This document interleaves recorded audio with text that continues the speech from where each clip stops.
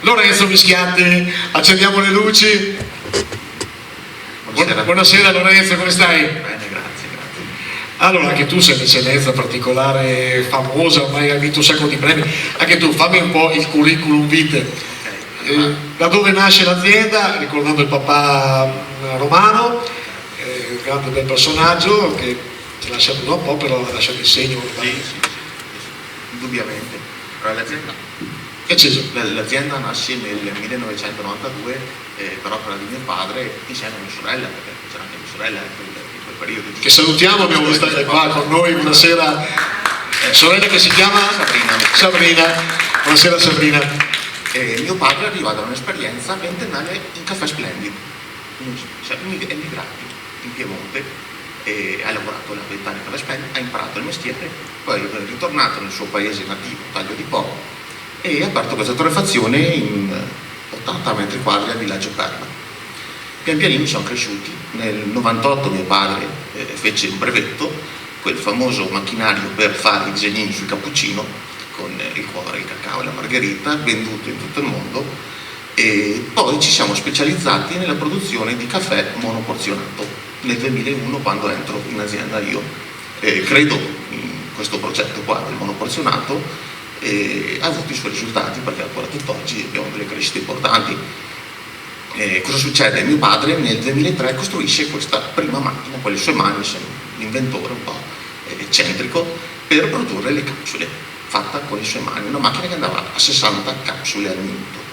È andata avanti fino al 2017, l'anno dopo in cui è morto mio padre, poi io ho investito in tecnologia. Dal 2017 arrivare ad oggi stiamo investendo tanto in nuovi macchinari tecnologici con supporto dell'industria 4.0. E cosa dire? Cosa dire? Che la qualità del tuo prodotto è stato riconosciuta, hai vinto un sacco di premi. Esatto. Tu mi devo mettere gli occhiali. Sì. Partiamo dal primo premio 2018. 2018 così mi invento di mandare il nostro caffè che tastiamo a Milano all'International Coffee Tasting. Medaglia d'oro International Coffee Tasting a novembre 2018 con la miscela crema di aroma. Esatto. Cosa succede a Milano? A Milano ci sono degli assaggiatori professionisti che di lavoro assaggiano caffè, e su più di 200 caffè valutati il nostro ha ottenuto la medaglia d'oro. Cosa vanno a fare questi assaggiatori? Questi assaggiatori alla cieca, cioè non sanno che è Mister Caffè, vanno a degustare il prodotto e danno un'analisi sensoriale, quindi gusto, vista, olfatto e il flavor, cioè tutto quell'insieme di aromi che può dare quel caffè in tazza. Ma è un segreto? C'è una componente segreta le tue miscele? C'è tanto studio, al di là della qualità che giustamente studio e ricerca. Tanto per farvela breve, allora il caffè è la seconda merce più scambiata al mondo dopo il petrolio e anche la seconda bevanda più bevuta al mondo dopo l'acqua. Non abbiamo piantagioni di caffè in Italia. Le piantagioni si trovano nelle fasce equatoriali, quindi 15 gradi nord e 15 gradi sud, Brasile, Africa, India, Indonesia. Cosa facciamo noi? Noi andiamo a selezionare la materia prima all'origine, riceviamo un campioncino di 350 grammi al preimbarco, me lo mandano dalle piantagioni, vado a valutarlo con un cupping alla brasiliana, tostiamo il caffè in maniera grossolana, gli mettiamo dell'acqua in infusione e l'assaggiamo e decidiamo se quel caffè lì può essere un caffè che può andare bene per le nostre miscele. Questo nei paesi di produzione o dove arriva? Nei paesi di produzione me lo mandano al prodotto grezzo. Ho capito. Pianta di caffè. Allora calcolate che una pianta di caffè può raggiungere i 12-13 metri d'altezza, però viene tenuta a 2-3 metri. La pianta di caffè produce i suoi frutti dopo circa 4-5 anni. Ogni anno poi fa un raccolto. In media ogni pianta di caffè fa 500 grammi di chicchi di caffè. I chicchi di caffè sono all'interno delle ciliegie drupe, si chiamano proprio ciliegie. Dentro ogni ciliegia ci sono 2 chicchi.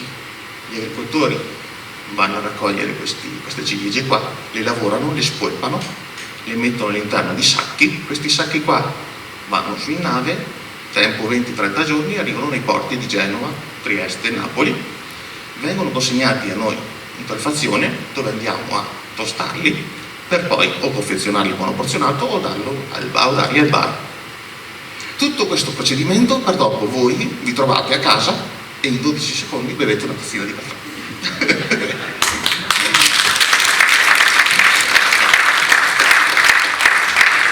vedete come poi si appassionano a raccontare. Dopo magari a Massimo facciamo spiegare come si fanno i salami.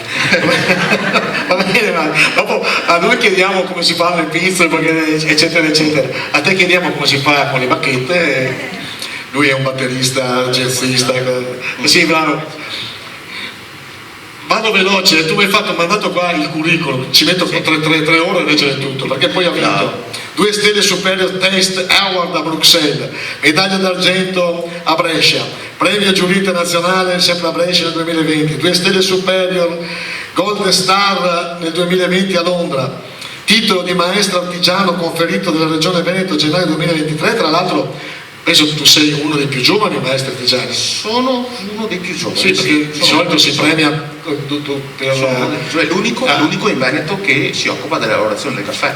Sì. Sai, quando tu spiegavi il caffè che arriva, il chicco, mi spieghi quello che c'è in Marocco, che praticamente c'è la capra che va a mangiare il chicco e poi lo evacua e dicono tutti che è il caffè migliore. Tu l'hai bevuto? Allora, il Kopi Luwak non è in Marocco ma è in Indonesia.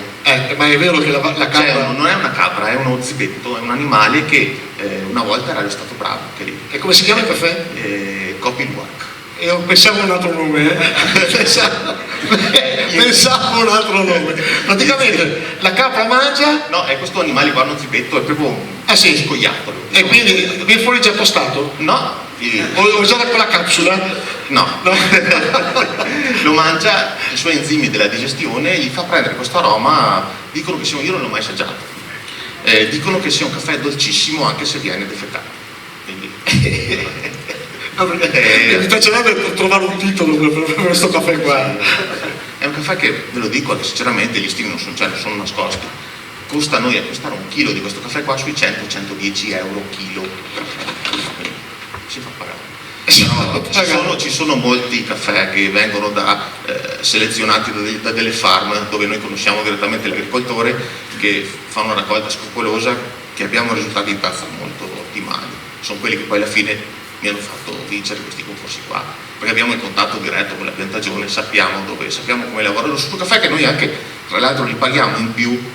Perché andiamo tra virgolette a finanziare l'agricoltore che farà studiare poi il figlio e quindi porterà tecnica e innovazione all'interno della piantagione per avere sempre un prodotto costante e sempre qualità in tazza per ripercuoterla di anno in anno.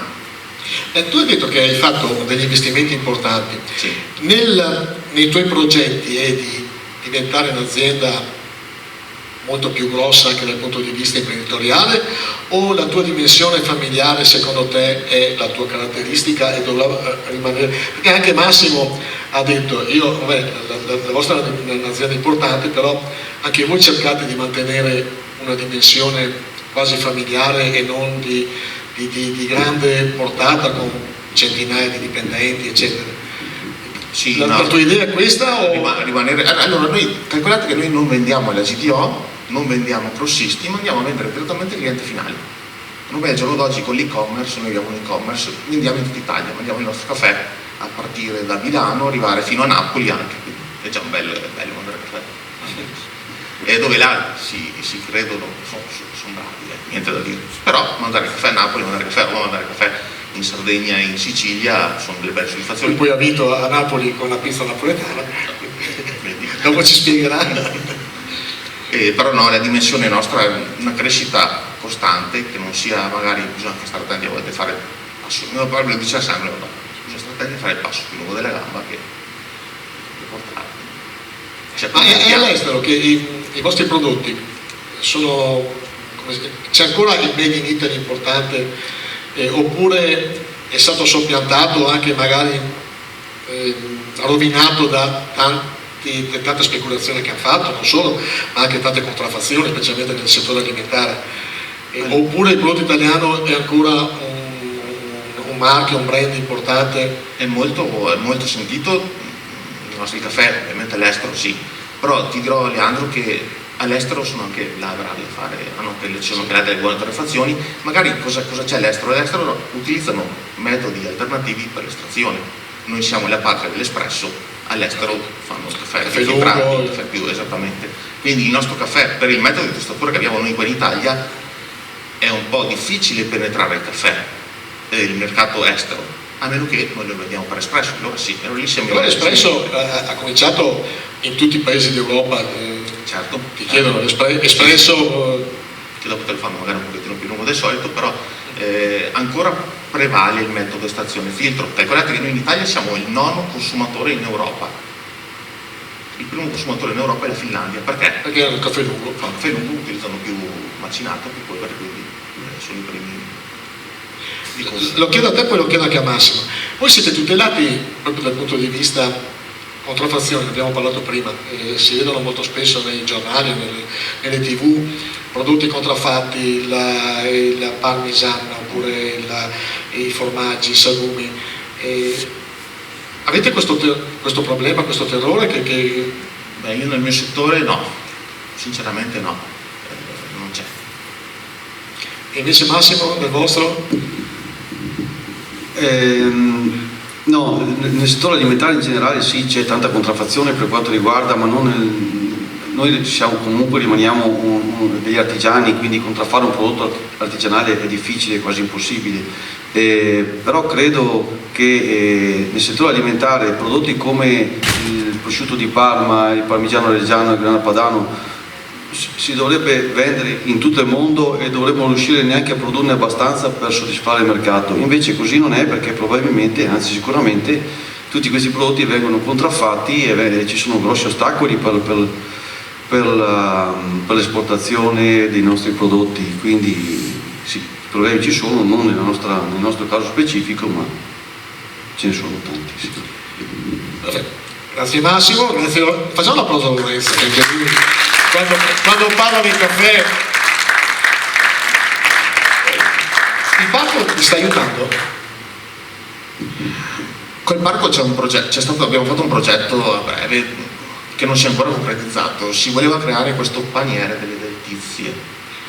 L'idea è per me una bellissima idea, però alla fine manca l'idea, qualcuno che concretizzi alla base, che faccia squadra, sì, esatto. Volevano in poche parole mettere tutti i prodotti tipici. Ce l'hai anche tu? Sì, ce l'ho anch'io. Tra l'altro dovrebbero ripeterlo fra esatto, poco. sì. E all'interno di un paniere per poi i turisti che lo possano acquistare nelle varie strutture ricettive. L'idea è buona, speriamo si concretizzi, noi siamo ben disposti a dargli il prodotto.